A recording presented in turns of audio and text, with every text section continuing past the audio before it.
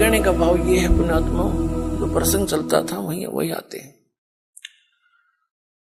कि जैसे क्या मांगू कुछ थिर ना रहाई, और देखत नैन चला जग जाई, 1 लाख पूत 1.25 लाख नाती, और उस रावण के आज दीवान बैठी के मांगे यहाँ की घटिया वस्तु।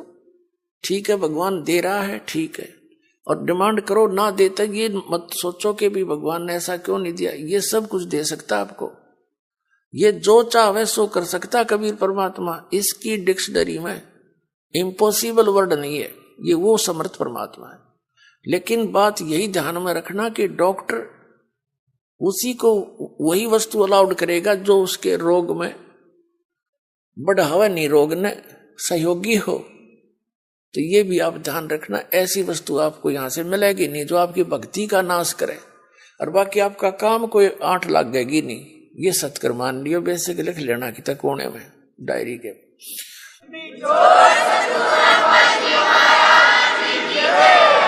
तो क्या बताते हैं कि दुविधा चतुराई, दुविधा दुर्मति चतुराई में जन्म गया नर तोरा रे, और अब भी आन मिलो सत्संग में, और करो गुरु ज्ञान पे गौरा रे।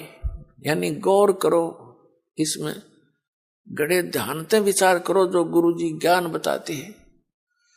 फिर बताते हैं कि शरण पड़े को गुरु संभाले, जान के बालक भोला रे, और कह कबीर तुम चरण चित राखो, ज्यों सुई में डोरा रे।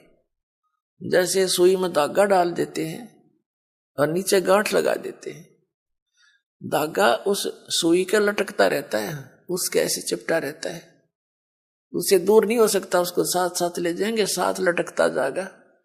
कहते हैं शरण पड़े को गुरु संभाले, जान के बालक भोला रे। पुणात्माओं, जैसे जितने भी दास ने बहुत इतिहास दिखाए नकली ऋषि में, ऋषियों के संतों के, सभी का विधान है कि जो कर्म में भाग में लिखा है वो तो आपने भोगना ही पड़ेगा। भाग्य में जो लिखा है उसको प्रारब्ध कहते हैं, प्रारब्ध। अब प्रारब्ध में हमने जो दुख भोगने पड़ेंगे, फिर भक्ति की आवश्यकता क्या है? कौन करेगा भक्ति? 1-2 चोटी सी लाग जब आदमी फूक देगा ठाके सारी मूर्तियां नरुन फोटुआ ने, तो कैसे भक्ति कर सकता है? दिल टूट जाता प्राणी का। भक्ति करने की उत्साह तभी बनता है जब आदमी आने वाली आपदा का पता लग जाता कि ऐसा होना था, और फिर एकदम परमात्मा उस बला को टाल देगा आपकी, और आपको महसूस भी होगा सचमुच आज शरण में ना होते थे, बिजली गिर गई थी। तो फिर दूनी रुचि बनेगी भक्ति में। तो क्या बताते हैं कि जब तक आप गुरु की शरण में नहीं आते तो तब तक आप बालक थे, भोले बालक थे। और छोटा बच्चा अबोधपने में जैसे पालने में लेटा है बच्चा, बेटा या बेटी, और टट्टी पेशाब कर दिया कपड़ों में ही, और हाथ पैर मार के सारे कपड़े भी खराब, पैर पूर भी लथेड़ लिया लपट के टट्टी में, और फिर रोने लगता है, तो माता समझ जाती है कि इसने कोई भूख लगी होगी। वो जाती है उसको संभालने के लिए, तो क्या देखती है? सारे कपड़े भी खराब कर रखे, टट्टी भी कर रखी, पेशाब भी कर रखे। तो उसने बालक बुरा नहीं लगता, उसको पता है, इसने पता को नहीं, ज्ञान है मां ने कि इसको पता नहीं, बालक से उसको ऊपर कोई दोष नहीं, कोई क्रोध नहीं करती। उन्हें उठावेगी, धोवेगी, मांजेगी खूब अच्छी तरह, कपड़े धोकर सुखावेगी, नए पर आवेगी, और छाती के लावेगी, फिर लाड करेगी, दूध पिलावेगी।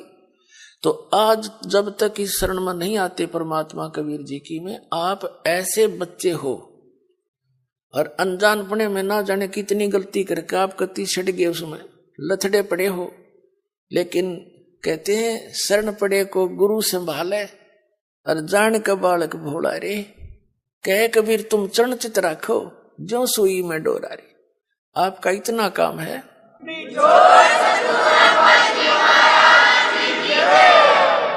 आपके जो प्रारब्ध में जो पहले के जितने भी पाप थे वो आपके साथ लपेट के भेज रखे काल ने। और जिसे पुण्य थे वो भी अंदर डाल दिए, तो आपके दोनों मिलाकर मिश्रण कर रखा है। तो अब परमात्मा आपके उन पापों को धोएगा सारा ने, और फिर आपको समझ कर लेगा, और समझ करके फिर सीने का लगाओगा और सतलोक में ले जाकर दूध पियावेगा, यानी वहां सदा सुखी कर देगा आपको।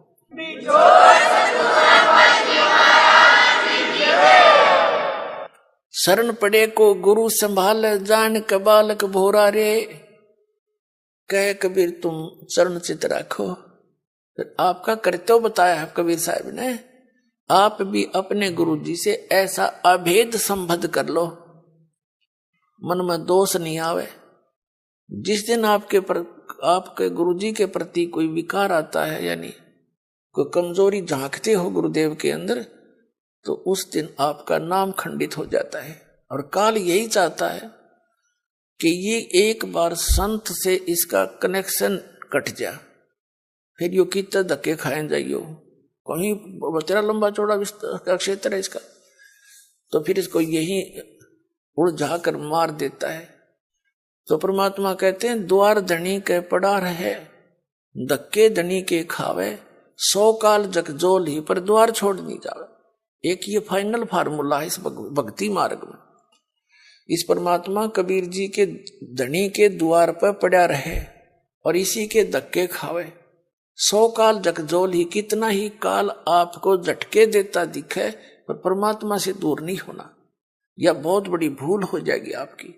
अगर जैसे हम अज्ञानता में, यानी बगैर अध्यात्म ज्ञान के कई बार बहुत कमजोर सोच बना लेते हैं और हम भूल जाते हैं कि हमने युगों युगों से पापों की गठड़ी बांध रखी है।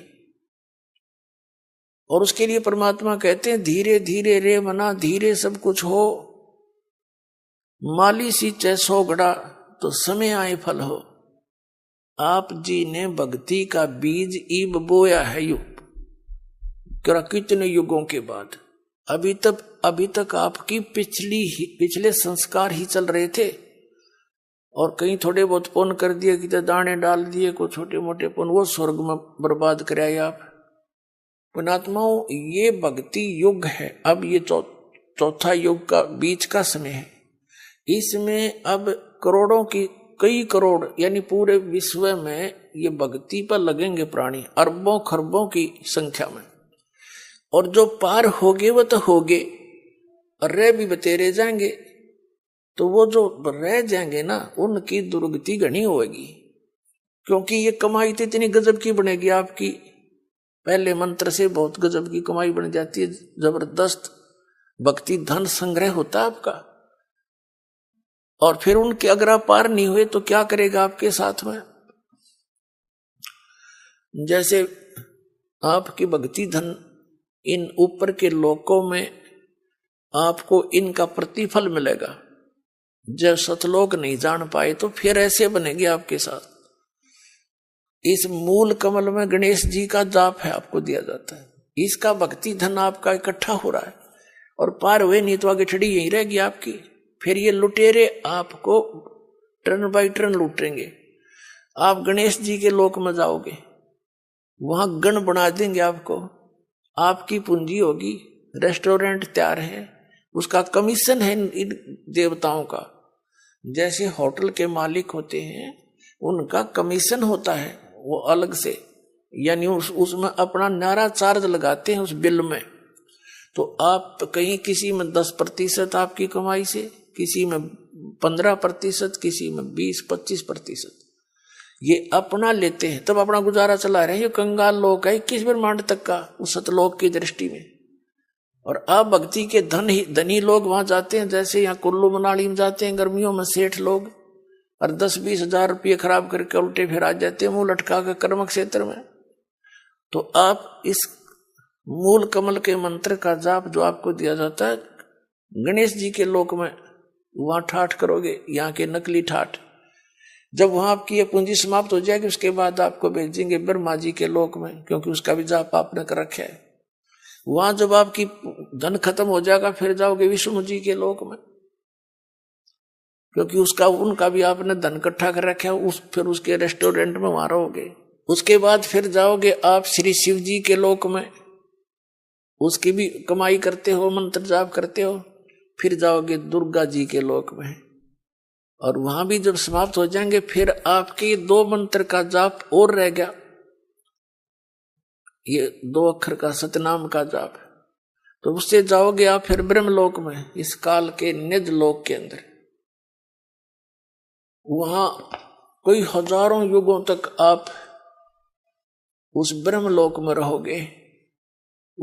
वहां इस ओम के धन को खत्म करके फिर वापस आओगे, और फिर इस सतनाम के अंदर जो दूसरा मंत्र है, इसने काल ने उस ब्रह्मलोक में जीव को धोखा देने के लिए नकली सतलोक, नकली अलखलोक, नकली अगमलोक और नकली अकैलोक बना रखे। तो उस पूंजी को फिर ये आपकी वहां बर्बाद कराओगा। फिर रह गया आपका जिसको सार नाम प्राप्त हो गया है, और वो पार नहीं हुआ। जरूरी नहीं कि सार नाम मिलते ही पार हो जाओगे, ये तो परमात्मा ने कहा है, राम नाम रटते रहो, राम नाम रटते रहो, जब तक घट में प्राणे, भाई कभू तो दीन दयाल के भनक पड़ेगी कान। परमात्मा कबीर जी कहते हैं, पाकी खेती देख के गर्भियो मत किसान, अब हूँ झोले बहुत हैं, घर आले तब जाने। कहते हैं इस या पाकी खेती देख के खेत में अभिमान ना करना किसान, अभी तक बहुत झाड़ या आंधी वर्षा ओले आंधी तूफान शेष है, ना जाने की बिजली पड़ जा, तेरे घर आले जब मानिए तेरे धन तेरे घर आ गया। इसलिए बताते हैं कि ये ना समझना सार नाम मिल गया तुम पारे होगे। सार नाम की कमाई और मर्यादा में अंतिम श्वास तक करते हुए, और एक विशेष कसक बनाओ सतलोक में जान की, तब वहां जाओगे जहां आशा तांबासा होई, मन कर्म वचन सुमरियो सोई।